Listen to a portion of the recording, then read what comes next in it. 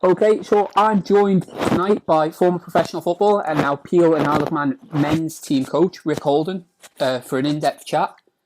We're going to talk about everything from his school days to playing in the Premier League and on to the modern challenges amongst football.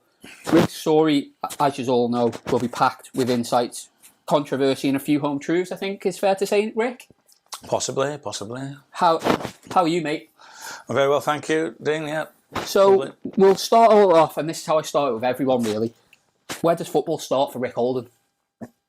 Well, it starts realisation you're alive, don't you? And you're playing football in the back streets with your mates, and you see what's on the professional scene, which was Leeds United, and I just played football, I say, in the streets and the fields as a kid.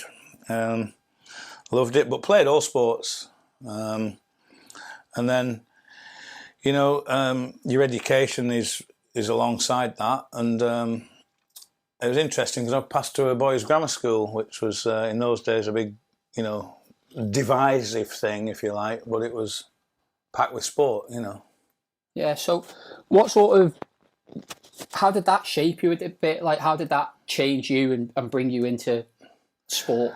Yeah, well, it got me a certain amount of formality. So if you compare it with today's stuff, I mean, the kids go into academies at 8 and stuff. Well, obviously there wasn't that then. Excuse me, but from going from the streets and the fields into a grammar school education, it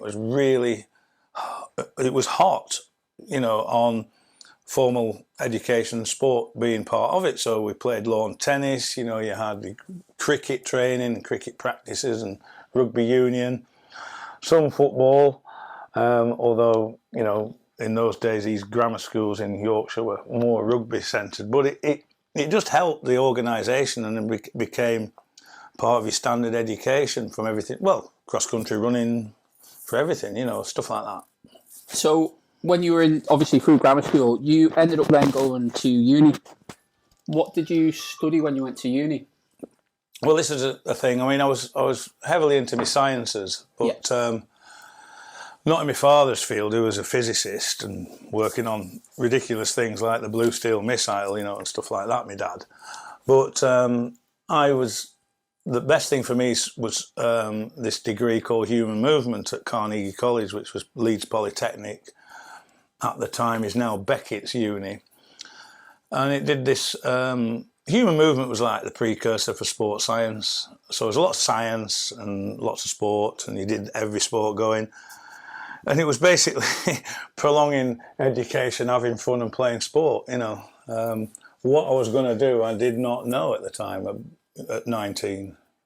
So when you were there, how does football come about? How does getting into the professional game come from uni? Well, it was unique because the college side was packed with players who played at good level. We had a pro from Leeds United, Aidan Butterworth, who I became good pals with, and we got in the college first team, and we used to play friendlies against professional sides on a Wednesday evening under lights at the Carnegie College there. There was a pitch in the middle of the athletics track, and we played these games, and we played Burnley in a friendly, Carnegie against the first team, and we absolutely caned them that night. And I got an invite to train with Burnley, and I don't think they thought for 1 minute I'd turn up, but I did, and that was it. It was history. Aidan Butterworth, funnily enough, went down to Doncaster and continued his career there. So we were both playing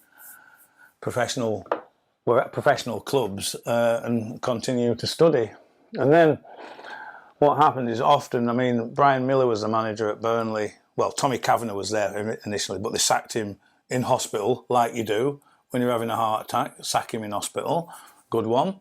Always been a loving club, Burnley. And Brian Miller takes over and asks me to go full time. I said, well, I can't. A, because it's, you know, it's not worth it, and B, my dad would kill me. So I thought, well, that was it, and I sacked it off and went playing cricket all summer for Saltaire, and then got a ring from Halifax Town, because they obviously circulated my name, they released it, and that still happens, the people that they let go. So Halifax came in for me, and then Billy Eyre, the manager there, was very sympathetic to my studying thing, and just said train when you can. And then I got in Halifax first team, and that is when you would say the rest is history, because that's when I did my degree, I just signed full time and then cracked off into the professional game. And that's when your career really took off into the professional game. So you've obviously played for several professional clubs over your time at the highest level. You played in that Premier League inaugural season for Man City. But what were the standout games or the players from your playing days that you remember, and what were the standout memories from that? Well, the biggest thing was, one minute I'm playing for Halifax Town against Scunthorpe, away at the old showground, which was amusing because the pitch used to be sort of like on the slant, and I was down on one wing, couldn't see the other side and all that. Monday morning, Billy Eyre, the manager, says, we want you to go to Watford to sign for them, because they put in an offer. And a week later, I'm playing on a beautiful carpet at Watford against Everton. So suddenly I'm playing against the England right back, Gary Stevens, Trevor Stephen inside, well, on the wing, but he used to come inside to try and do that, sort him out. And all these great stars, Graham Sharp and Andy Gray and all these people. So that was just a real shift, 1 week 4th division, next week old 1st division.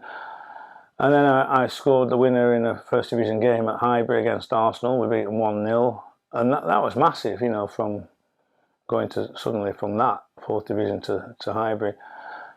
And things were working out well at Watford, but then you have your little spats with managers, and he decided that he'd offload all the Northerners. So Neil Redfern and me went to Oldham. And that's when it took off. And then we got promotion after some gigantic cut runs and end up at Man City in the inaugural season of the Premier League. So I can remember that first game. It was ridiculous. There were dancing girls and fireworks going off, and I thought, what is this? The stand half knocked down, but that was the dawn of a new era. It's almost like it happened in a different age, but things like that. As for players and games, there's so many of them. I'd have to talk for hours on detail. I'm sure we can catch up again, Rick, throughout the season, and we'll go into all your playing days. Too much. What would you say, though, is your biggest memory from that? What's your favourite footballing memory from them professional days? You must have one.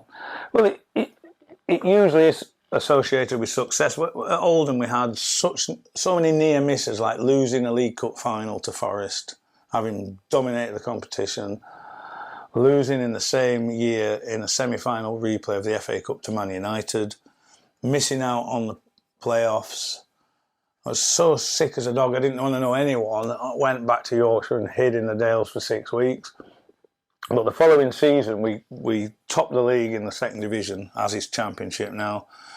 Remained there all season. And last game of the season, we're 2-0 down to Sheffield Wednesday at home.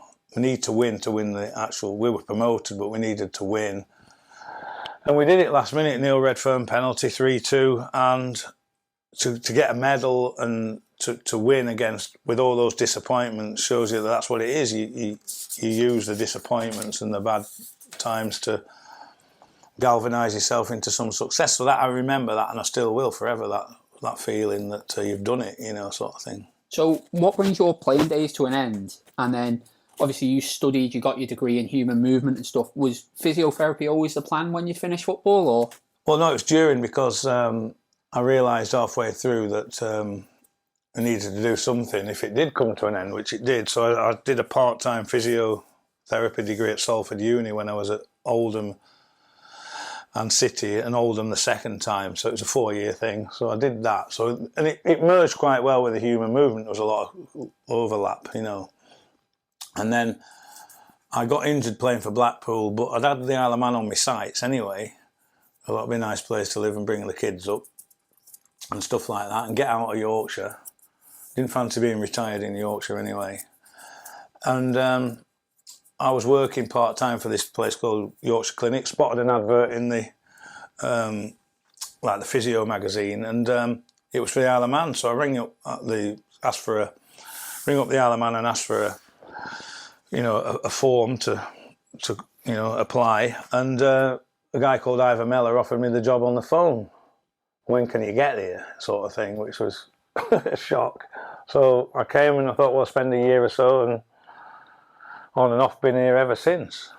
And that was, what was that, 1996? Yeah, summer '96. I came over a couple of visits. Used to fly in train at Blackpool's training ground, hop over the fence, get on a plane, and fly from Squires Gate into Ronaldsway, and stopped in a couple of guest houses down in Castletown and had a look round the island and got some awkward looks, but yeah, I liked the place, and then come over when we got the job offer and settled in Peel.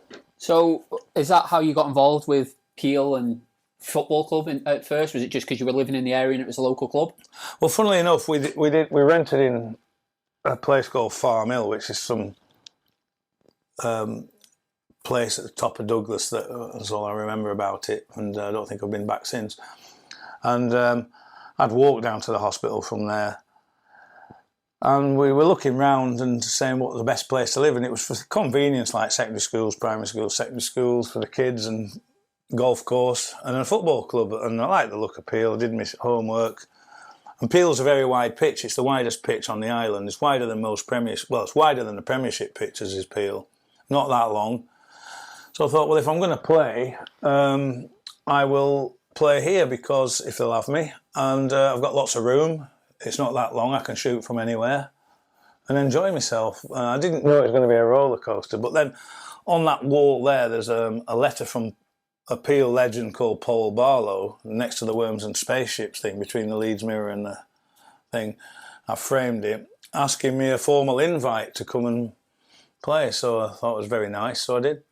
And that was a bit like, so how did you get involved with were you just playing then, or did you do a bit of coaching straight away?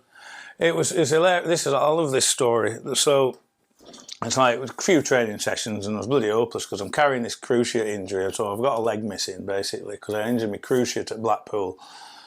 I thought I'll just rehab it myself, and I was struggling like mad. They must have thought who the hell they'd signed. Anyway, I managed to get it together over 6 weeks, and I was asked to help in training. You know, just Jeff Vawkins and Donald Rice were taking it, and just a little bit of input if I thought necessary. So I had one or two things to say, but not much. And then the first game, I said, I was asked if I'd say something before the game. You know, a bit of, what do you want to say to the lads before the game? We were playing Corinthians at home, second division. And I said, right, lads, I said, what we've got to do is keep 11 men on the pitch, because I'd noticed there were a team of nutters, Peel, with all the, I could reel them off. Yeah. I mean, they were great to go to war with. I said, let's just be sensible and, watch our tackles and stuff, because they love to tackle. So kick off, first 30 seconds, the ball comes out towards his stand. David Rice, midfielder, goes into one of it might have been the lad Davis. Paul Davis. I think it might have been Paul. Anyway, it was one of them. And he just went, and he must have somersaulted 3 times, landed on his back. And Bobby Symes was reffing it. Now, he reffed it like he was in a Scottish war. And he went, play on, play on. I thought, play on? He's got to be joking on it. I was expecting him to be off. And I thought, well, I'll have a bit of this. And it was like that all match. It was just like free for all. And Bobby Symes, apparently I've got the homework on him. I mean, he liked to tackle as well, so he probably just admired it and thought, well, spot on, carry on.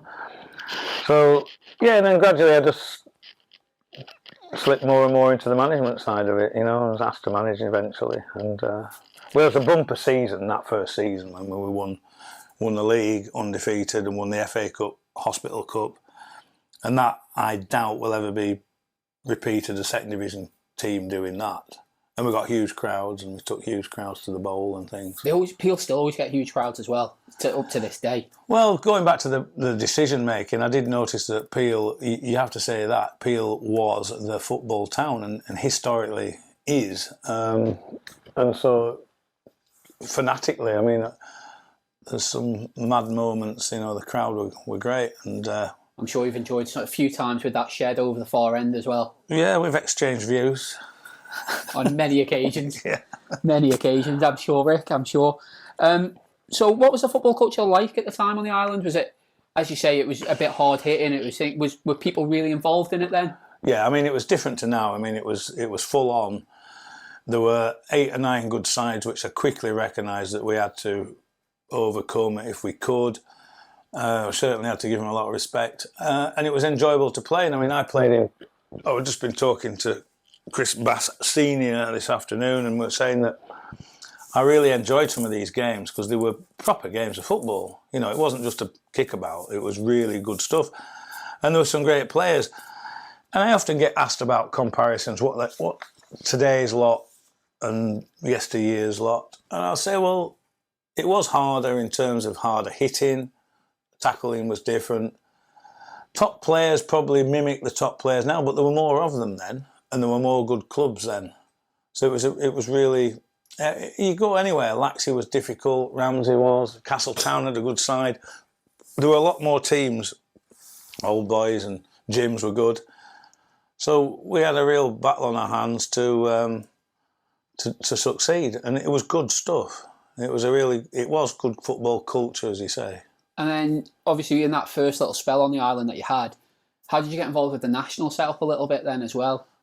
Well, oddly enough, I in the first few months I was down here, and it was a steam packet tournament festival, as they called it, and I was asked by Tim Crispin and Kevin Manning to help out with the physio a bit, you know. So I did, and I watched them out here get hammered 8-0 by Bury, and I thought, this is ridiculous. I mean, I'd played against Bury previously for Blackpool in some game, and I thought that something wrong here. So I just said, look, I'll help with the coaching. And then, similar to Burnley's thing, the FA decided to get rid of Tim for some reason. They had a fallout. Tim must have said something about things. It didn't work out. So Kevin gets elevated to manager, asked me if I'll coach.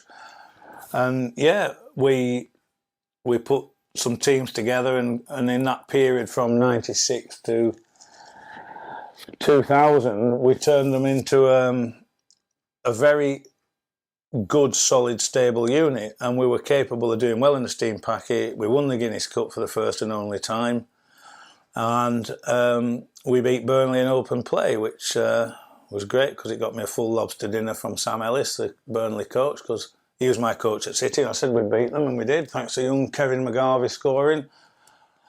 And it was a great time, that. But parted ways with the Isle of Man FA at that time because I just wanted them to go the extra hit and say, well, let's join UEFA, even if it's in the amateur section. Let's push things forward and get things going. And it was a bit of the dig the heels in, didn't want to know. So I said, I'm wasting my time here, and came back. And I said, I need to help Peel do more. And we did. We won 3 leagues on the trot then, Peel. So after that, obviously, you went back to Barnsley. Is that right? Back into the pro game a little bit? Yeah, so I'm working at Mount Murray, and my physio practice there, and it's Friday night, and I've got a lad, Alan Agnew, great lad, a good physio now. Well, because he worked under me, of course. And he answers the phone at 5 o'clock, which I told him never to do because it might be someone. Anyway, we did, ethically.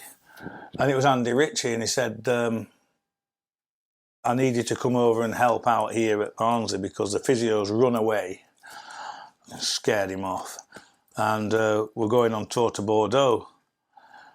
And I was going out with a lovely girl over here then, but we'd had a bit of a fallout, so she wouldn't answer the phone. So I said, well, do you know what? I'll do it. So I shot off over to Barnsley, and we went and ended up in Bordeaux. First night, Paul Hart, great manager, great bloke, was sitting there just having a glass of red, and my phone rings, and it's her. So I answered it. She said, all right, well, will you come round tonight? I said, well, I'll have a bit of a job on here. I said, I'm in Bordeaux. And so the phone went off again, and I speak to her for weeks. And that's how fast things happen, and you don't even have time to, say yes or no. So I joined Barnsley for 3 years, and it was a great experience. That it really was. Did you learn a lot from that? Obviously, you'd come through the pro game playing and you'd brought a bit of coaching knowledge in, but did you learn a bit more from that? Well, what happened was, I went in originally as physio, and Paul Hart, I learned so much from him just in that first year watching Paul Hart coach. He's a brilliant coach. Funniest man in the world as well, without knowing it as a manager. Some cracking tales for another day about him. But when he decided to get himself sacked, which is what I call it, Andy Elliott became manager and asked me to be assistant manager and physio. Now, the Barnsley was struggling at the bottom of League One, and I said, look, I've got a model here that I learnt at Peel how we can do it. So it worked there. I said, it worked with the island, shall we try it? So he said, yeah. So we were both a bit naive about what to do. Anyway, we applied it and it worked. We saved them from relegation after 3 or 4 games. We got some good players in and put the thing together and got promotion the next year to the Championship in 2006. And it proved to me that if you get your formula right, you know what you're doing, it can work at any level, really. And it's creating a happy environment, it's creating a positive environment, it's doing functional things, and you have to work it out yourself each time it goes wrong. Coaching badges will not help you to do that. They might help you to organise things and put the bibs out on the floor, and I'm being a bit cynical, but it won't help you out in situations like it's experiential stuff that you need, and that's how it worked. And then when I came back to Peel, I brought all that stuff back again, and we had some more interesting times back when I came back. So it was, fantastic learning curve, that 3 years. So obviously you come back to the Isle of Man, back to Peel, home, second home for you. What were them years like? 2017, that was that Peel, Geordies sort of era, wasn't it? Where everyone was, I think Laxey had done 2005, they'd done the lot. Yeah. But it was a Grand Slam, wasn't it? 2005 Laxey, and then Geordies and Peel sort of. Well, I quickly realised, obviously, that Geordies had got themselves to the top. They'd got the best players involved from around the Douglas area. And you can't criticise that, because that's what I did in the first spell. I got players in like Martin Costain from Foxdale and Andy Neen there, and brought Tommy Lucas back, and we brought the lads in from where we could. We got some lads from Russian H and Mark Haywood and people like that, and Chris Neen. So I wasn't frightened of going and bringing players to my club here, Peel. And so that's what they did. And they got a hell of a side together, and they were difficult to beat, so we couldn't overcome them in the league, but we won in that period between 2006 Christmas to 2014-15. We won quite a lot of cups and ran them close in the league, but we couldn't get there. But there were good battles, but we got the club going. We got this built properly, the physio rooms and stuff, and a club like this that's evolved, it takes a long time. It's been a lot of years in the shaping, so it was good for the developmental side. Unfortunately, it all went very wrong. I am prone to a fallout with people, and if I perceive it's not working, I'll be the first to say it's not working and see you later. And we parted company in about 2015. And then after that, I think you got involved with the Island squad again, didn't you, under Hurty that time? Well, it was coincidental, because I was still, although I was still running the business here, and they were quite happy for that, doing the physio business, but I wasn't really involved. And there were people just not talking to me in the club, even shunning me in the street, that type of thing, which is as childish as it gets. But Hurty came to me and said, because Hurty, let me say this, he is pound for pound the best player I've ever seen over here, and very astute with his management. And he said he wanted to go for Ireland manager because it was up. So I said okay, and he wanted me to come in with him. So we did his presentation for him, and he went and convinced them. They didn't know I was involved, so he got the job. And so we had a 3-year spell with the Island Games mainly the principal target. I don't know what had happened to the Guinness Cup by then, but we managed to bring a couple of teams over, Everton and Leeds. We picked the phone up and I spoke to Neil Redfern and Joe Royal. Got them to bring teams over, and we got some good friendlies, and we should have won it really in Jersey, but the problem was with that one, a lot of lads had been on the MIFA tournament before and were clapped out. But we got it right for 2017 and won the gold, as you know, in 2017. It was a fantastic tournament, that, and deserved to win it.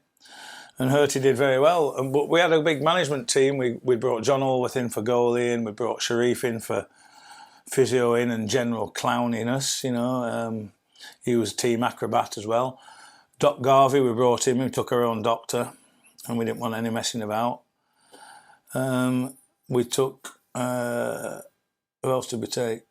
Dewan Watney. We took Dewan to put the cones out and to check on the lads in bed.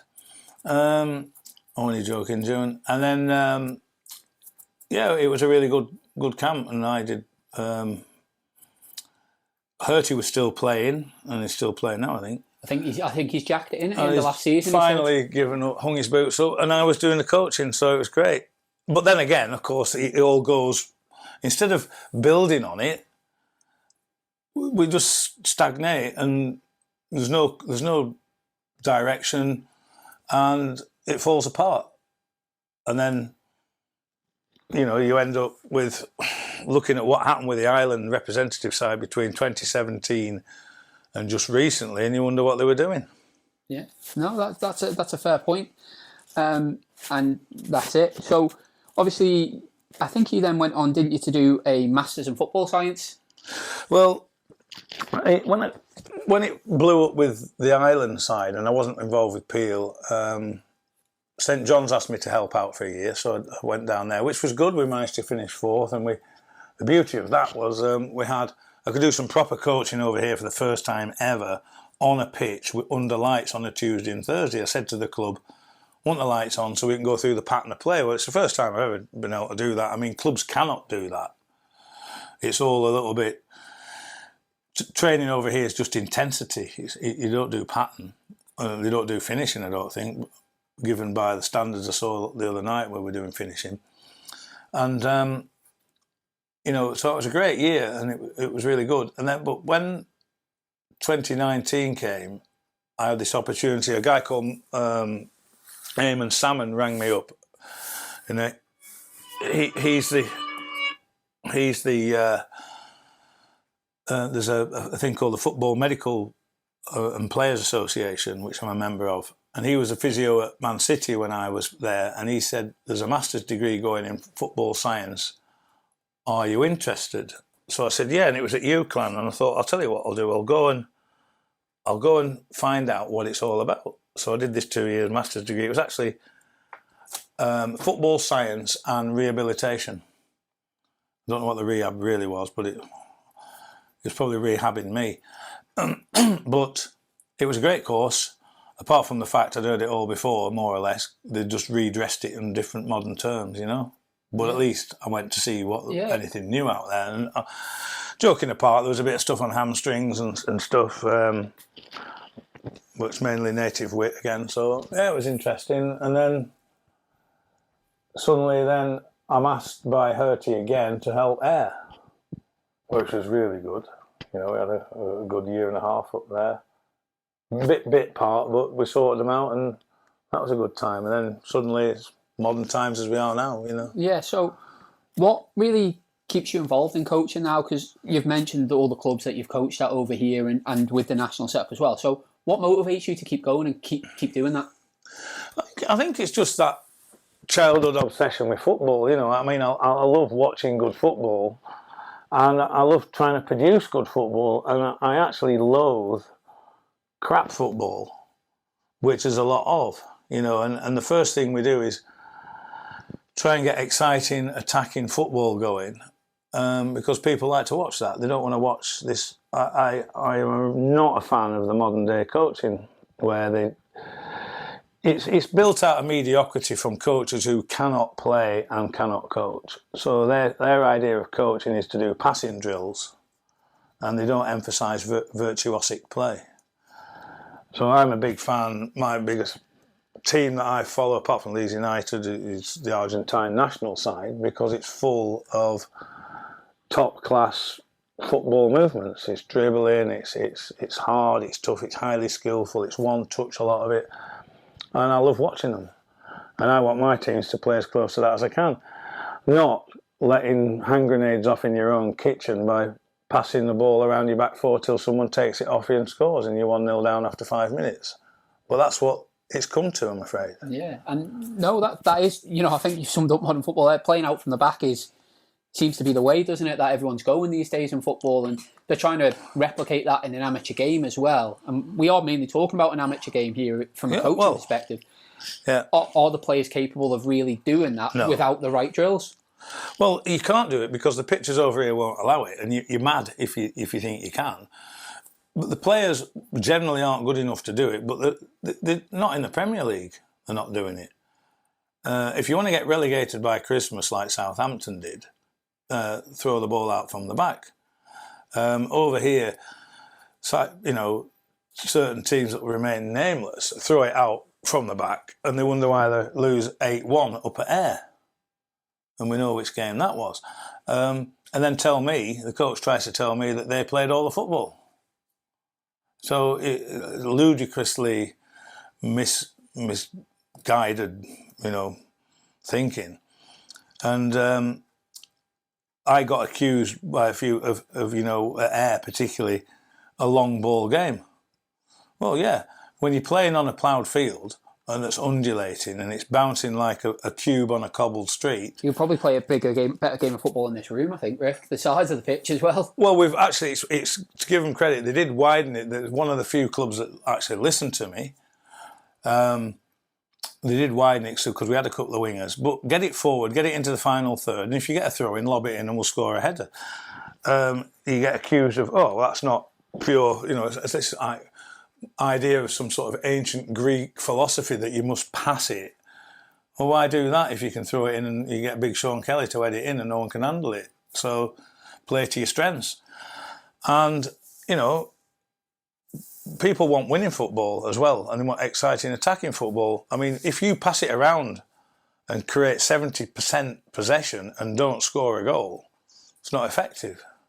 You have 30% possession and score 3-4 goals, it's effective and you've won. It's that famous one, isn't it? The Celtic-Barcelona game where Celtic had, I think, was it 14% possession and beat Barcelona at Celtic Park. So you need. And you just need the one chance and you take it, and they were brave enough to do it. But I think we'll move on now. You've obviously said that's up to the modern day. Leads in perfectly, really, to talking about what's happened over the last few weeks when you've been in Orkney with the men's national side. You've gone there. What I want to talk about, but let's go from the beginning of this with your mentality on it. What was your understanding of the group structure going into that? Well, it was a funny one because I hadn't really taken much notice. I was just concentrating on what Chris had asked me to do, saying, can we organise them? And we want to do 4-4-2, but we want another plan. So we sort of did 4-3-3, sort of taught them how to do that as best we could.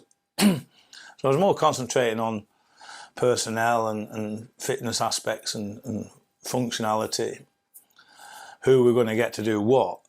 But when we got there, I did notice that it was lopsided. It was a group of 4 and 2 groups of 3. And I thought, well, it'll be 2 from the group of 4 and the top 1 from the 2 groups of 3. Quite logical sort of thing. Then I found out that it would be 3 winners of the groups and the best second place, which was to create that. They decided in the wisdom, whoever it was, I've not got quite to the bottom of who it was, because it's one of those classic, they've done this, who the hell are they in anything? Oh, they've put the price of oil up, who has? They, or whatever, they have done this. So they took the game that we'd played against Fryer off us, and they took it off Orkney, which then made Orkney not the second best, they would have been, and gone up as second to us, And then suddenly Innismon, Anglesey jump in, right, and become the 4th place in the semi-finals. Of course, we draw again. I mean, I felt sorry for Orkney because they were a great set of lads and they played some good stuff. Innismon get in, and we play them. And then it suddenly dawns on me. I said, well, hang on a minute, this is so lopsided. We went to a meeting the day before to say, well, how's this occurred? How has this occurred that we're in the hardest tournament ever and we're playing a game more when we're in the semi-finals than Innismon? And the other two they've played less as well, Bermuda versus Jersey. Yeah. And they went, oh, well, it's the only way we could do it. Well, that's wrong. You could do it other ways, and you could make them play the 2 groups of 3, could have a crossover game and easily sort it out. Could be a playoff. Play anything. You could do anything. So we lose to a dodgy penalty. We didn't have the energy. You could see we're 50% down on energy, no matter how we tried, and the technique had gone. And that was the only game. And then I can remember speaking to Eric Clegg about this and Hattie and saying, well, I hope you're going to mention this. Oh, yeah, well, but I just don't think, sort of, well, we don't think the Isle of Man quite played up to... And I was like fuming and saying, well, you might as well have put lead boots on us. So I was absolutely fuming at that outcome. And the lads were brilliant. I mean, they pulled themselves round to beat Jersey, who had played a game less for the bronze medal thing. And I'm just astounded that I've had to tell about 100 people in the street, whether it's Strand Street or down here at Michael Street.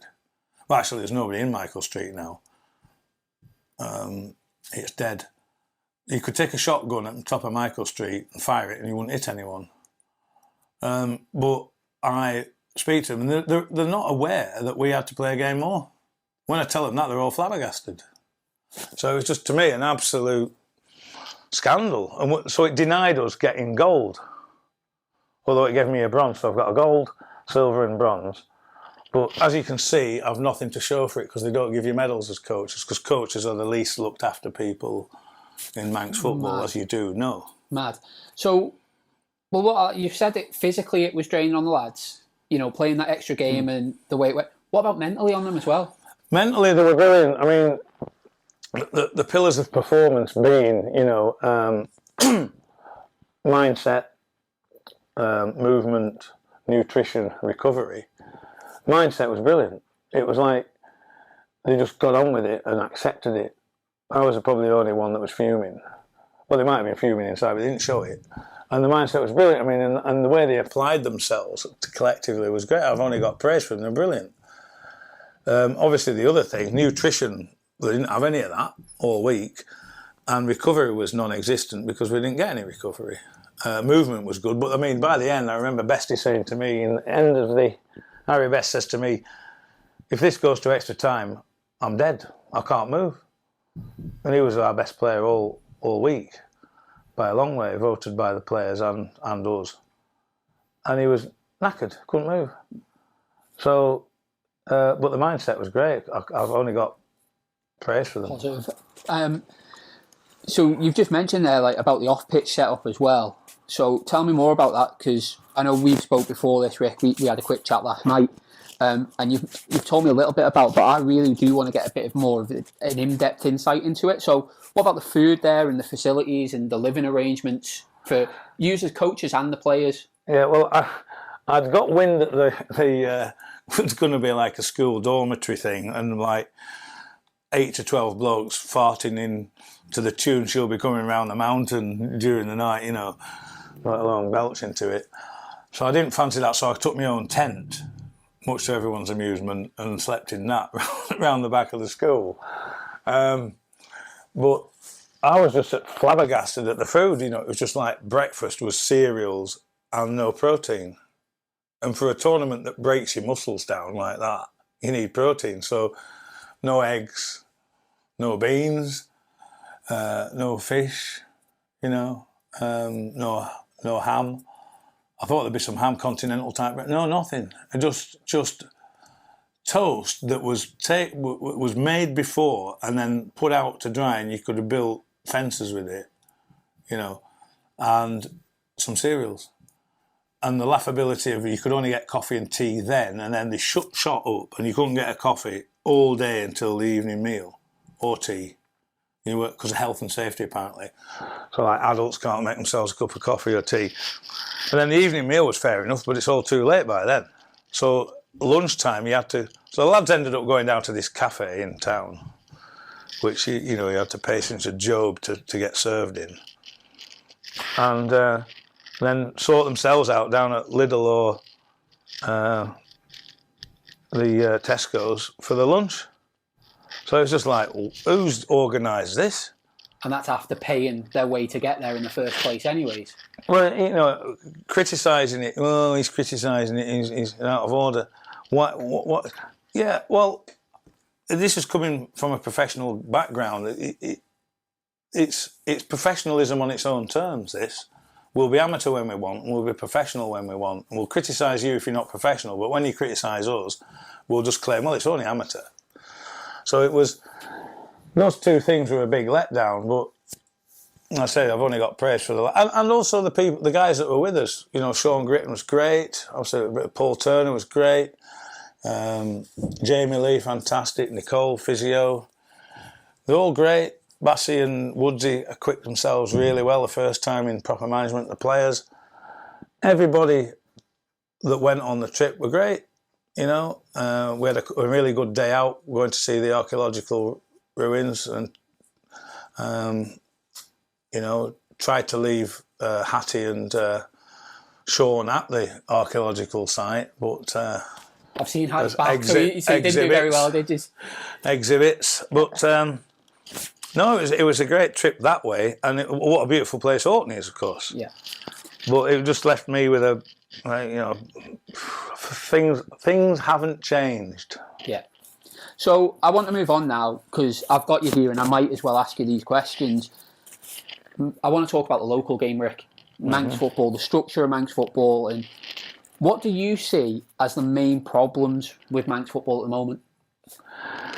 Well, it's got a couple of priorities that I think are slightly lopsided or you'd even call misdirected. So they concentrate a lot on masters football and walking football and stuff. But I do feel that men's football, actual men's side, is getting let down. There's no programme between now and the next Island Games. I mean, masters football and walking football, you might as well put them together, because I've seen masters out here and I can walk backwards faster than they're playing it. Yeah. And a ludicrous rule of, you can't play in the masters if you are playing first team or something. Like as if one bloke's going to make the difference with 22 blokes. And so putting rules in for things like, 16-year-olds can't play combi, yeah, for various reasons that they shout up, welfare and all that. You're missing, lads are losing interest before they've kicked a ball. So we've got a dearth of teams, dearth of players, and it's like taking a shotgun to hit a fly. Any FA rule, up and down the land, is a shotgun to hit a fly because they actually miss the fly and hit everything else. So they actually implode the situation with other effects. And I just think the competitions need spicing up, they need to be fairer and they need to evolve, the Hospital Cup being one of them. So what sort of, you've talked about, you've got your experience, has that ever been tapped into? No, they've never asked me for my opinion. I'm quite astounded, actually. They have at Peel over the years. It's worked. There's a few, like I say, where we had a fallout. There was big differences of opinion, but here we've got a very good committee, and not so much ask me, but if I say I don't think you should leave that there, they'll act and do stuff. They're receptive that way.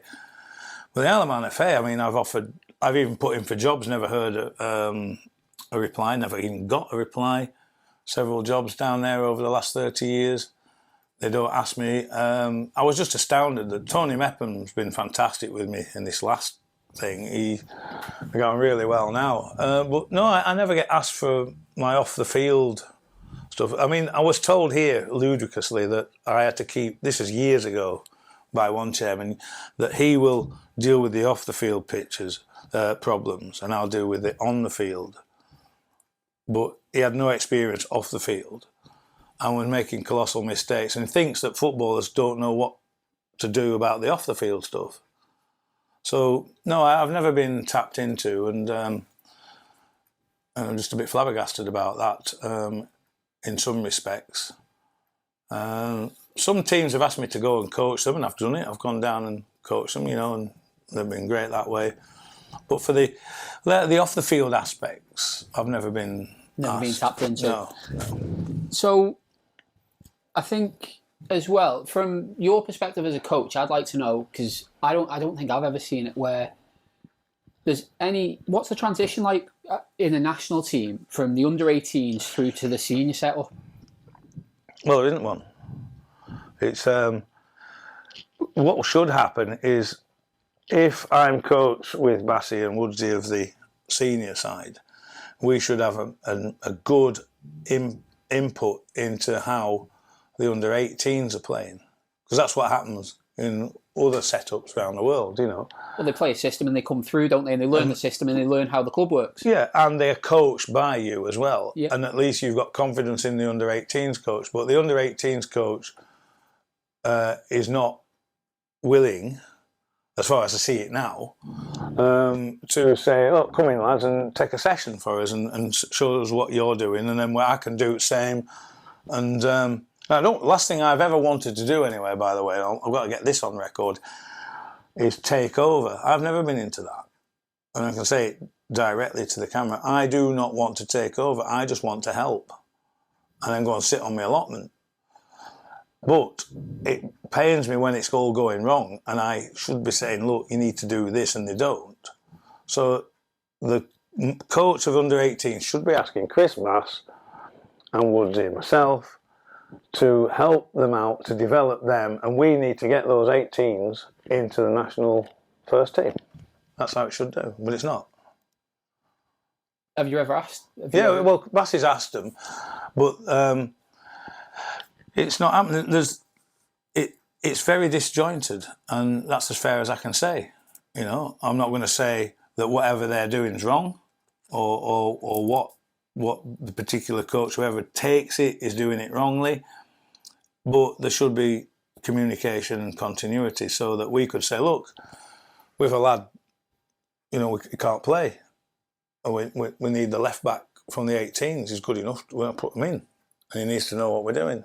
And there should be more cross. That pathway should be there for them. Yeah.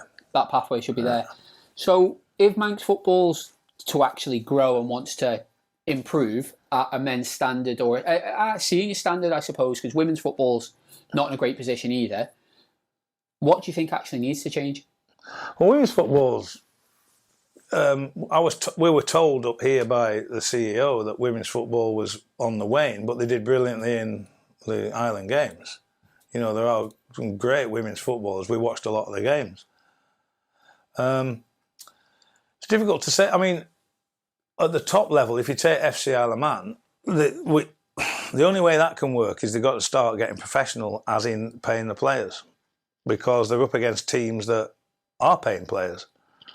So the idea that you would go away and play all these games on a Tuesday night or a Wednesday night and miss work and commit to all this intense training and expect these lads to be on a par with the lads across who are getting paid ain't going to work.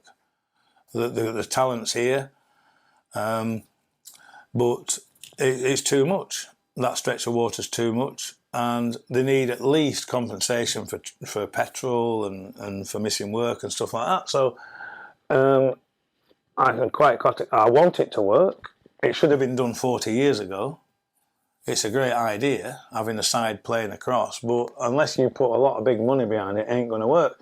And you probably need more input off the field, more expertise, into the club, and you'll eventually need more experienced coaches and managers to deal with that if they go up the pyramid.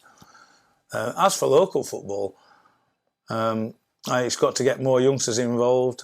It's got to have better coaching. And the big thing is, which I've hit on before, is they're all complaining, and they even do here, that they can't find managers and coaches. Yeah. Yeah, well, no. Well, look after them. And they don't. So I think we're the only club that's going to embark soon, because I've had to mention it, and, you know, there's a bit of reluctance. We need a coach's changing room. When I was coaching the girls here, this room had gone back to a painting store.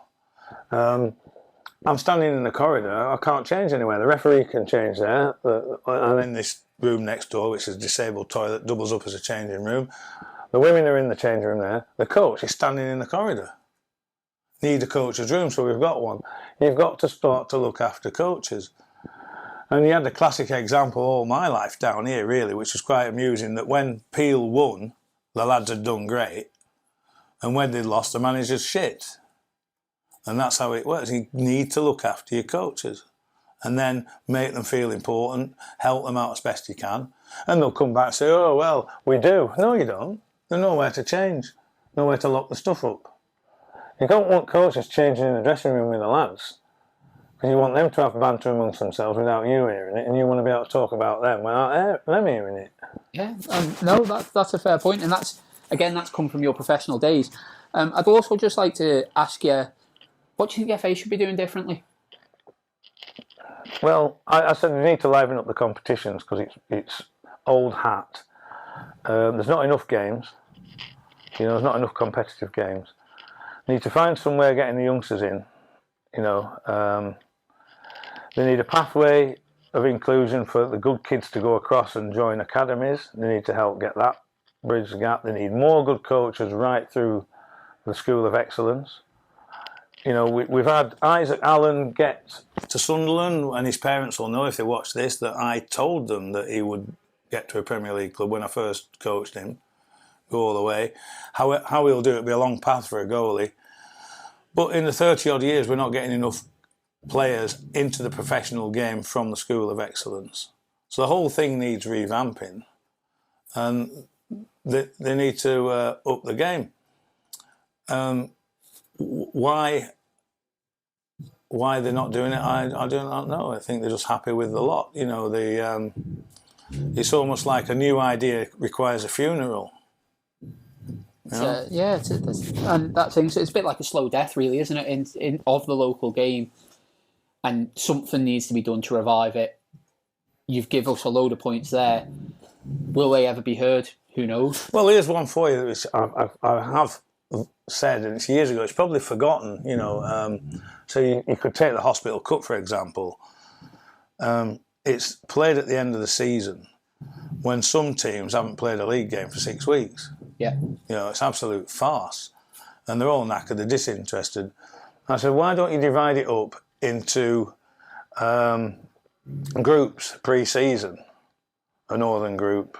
A bit like Scotland does with their... Yeah, with their League Cup thing. Yeah. And then you can carry it forward to March, and those that get knocked out can have a plate, and those that go through can now finish off the Hospital Cup. And it would make it more exciting, but it would also get pre-season games worthwhile. Yeah. And instead of everybody dodging each other because they don't want hammering in pre-season. So do you think there's a genuine appetite for progression within Manx football from the top down? Or do you think it's clubs that are trying to progress and they're a little bit hindered? Well, from what I've heard, I mean, I hear all different tales. You can't go around accusing people of this, that and the other, but I hear that certain clubs, it always goes to a vote and it only takes one to vote against it, and that's it, for, you know, kicked out type thing. It's actually now there's an executive committee, so clubs can make a vote, but the executive committee can have the overall decision, and that's made up by board members of the FA. Yeah, so this is not going to work, because if they don't like it, they'll just kick it out and it's they again, and it doesn't come down to who said that. You know, it's like that Monty Python sketch. Are there any women here? Who threw that stone? So nobody finds out who's making these, you know, upside down decisions and not helping. We want to know why you won't do it. Yeah.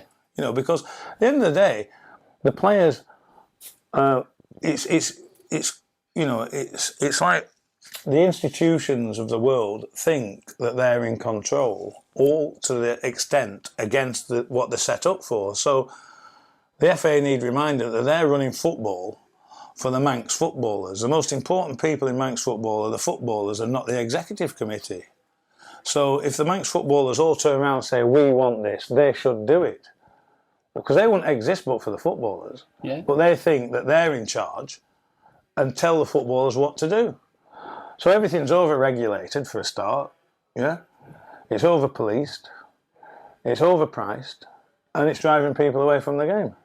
You know, the referees is a big problem, you know, we haven't got enough refs.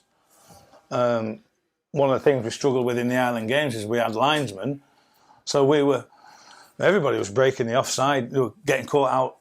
Just not used to it. Not used to it.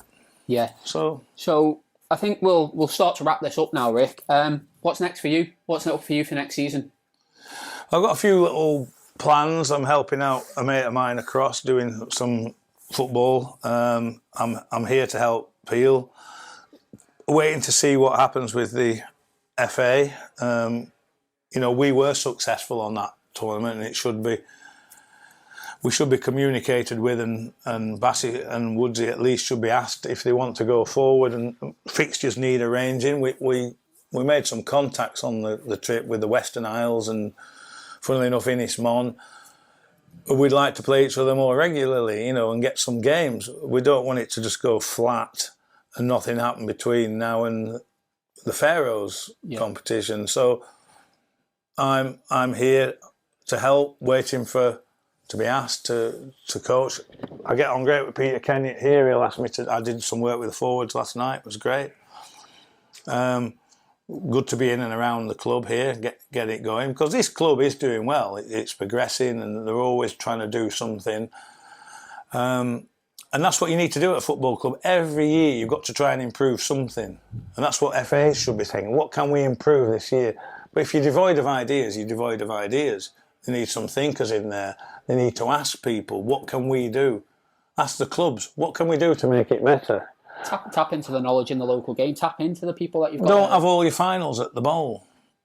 Spread them around. Get the interest back round in the, you know, rurally. No, and that makes sense. Let's have a final between, you know, Peel and Russian at St John's or something, or between St John's and play it at a neutral Russian venue. At Peel or something. Yeah, play. And that I suppose, I know we're only on a small island and you're 20 minutes away from anywhere, but if you can reduce the travel, you might get a few more people there and things like that. That's a great idea. Well, it's something I've never thought of. It's a great little idea. It might be a small island, but that can create massive city-states that you think you like ancient Greece and parochial behaviour. You need to get it round. I mean, what I want is for 10 really decent teams in that top division.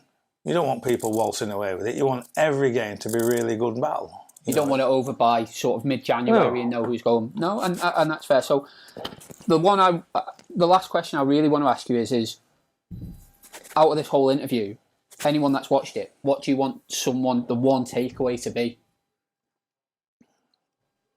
Well, Peel football's doing great. You know, I mean, that's for all the Peel, but we can do better. Island football, I just had a good tournament. Girls particularly really good. The men did really well. But they need to create a spark. They need to get it going. I mean, it needs to catch up with the rest of the world. I feel it's sluggish. They need some ideas. They need to sort of start making it a jazzier setup. I want people to know that, you know, the competition we were in, everyone was great, but we were badly done too. And the Island Games particularly needs more input. You know, I know that people watching this will expect a lot of, you know, controversial things, and I'm not into that. You know, I've been accused of being too radical in the past. I'm not. You know, I don't want to change. Everyone's entitled to an opinion. I don't want to change the national strip. I don't want to change the national anthem. You know, it's Manx. Get on with it. But, you know, use people. You know, make it a better thing all round. You know, little things will create big things in the end. And, you know, for God's sake, don't be frightened to bring people in and ask them. You know, they can only say no anyway. Have more communication right across the board. So we've been given the first 3 fixtures of the season. What happened to the rest of them? Where are they? I believe they're going on the website at some point in pre-season. That's what I was told this morning. Well, that's one that just it just makes me laugh. We need to know what's going on. We're trying to plan the whole season, and where lads want to go away, and I want to go away and do things, and they've got 3 fixtures. And for me as well, from what I do, it's a nightmare for me because last year I put out every club I've done for every club. I've done a graphic for them of their fixtures for the whole season, and it was out 3 weeks before the season. They all seen it, and they all knew who they were playing when, and when the 2 o'clock kickoffs were as well, because the kickoff times changed.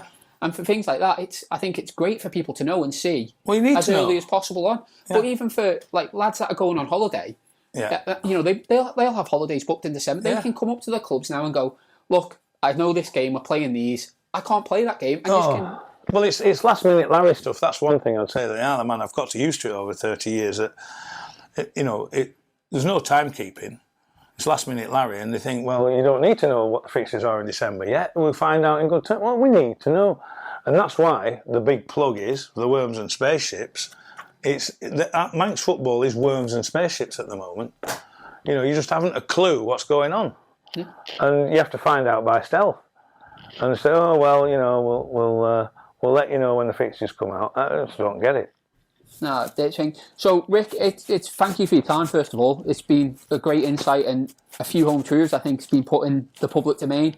I'm sure there'll be a little bit of a reaction. I know you've just said there's not going to be any controversy, but I'm sure there's a few topics that have been touched on. So we'll get together over the season again. Yeah, anytime, Dean. Yeah, it's been a pleasure. We'll talk about everything and see how Peel are getting on and how you're getting on and how this has gone out and how people have received it. So big thank you for your time, Rick. Well, I'm here then. Anyone wants to come down and discuss, you know where I am. Yeah. And thanks, get your books as well. Don't forget, get Rick's books.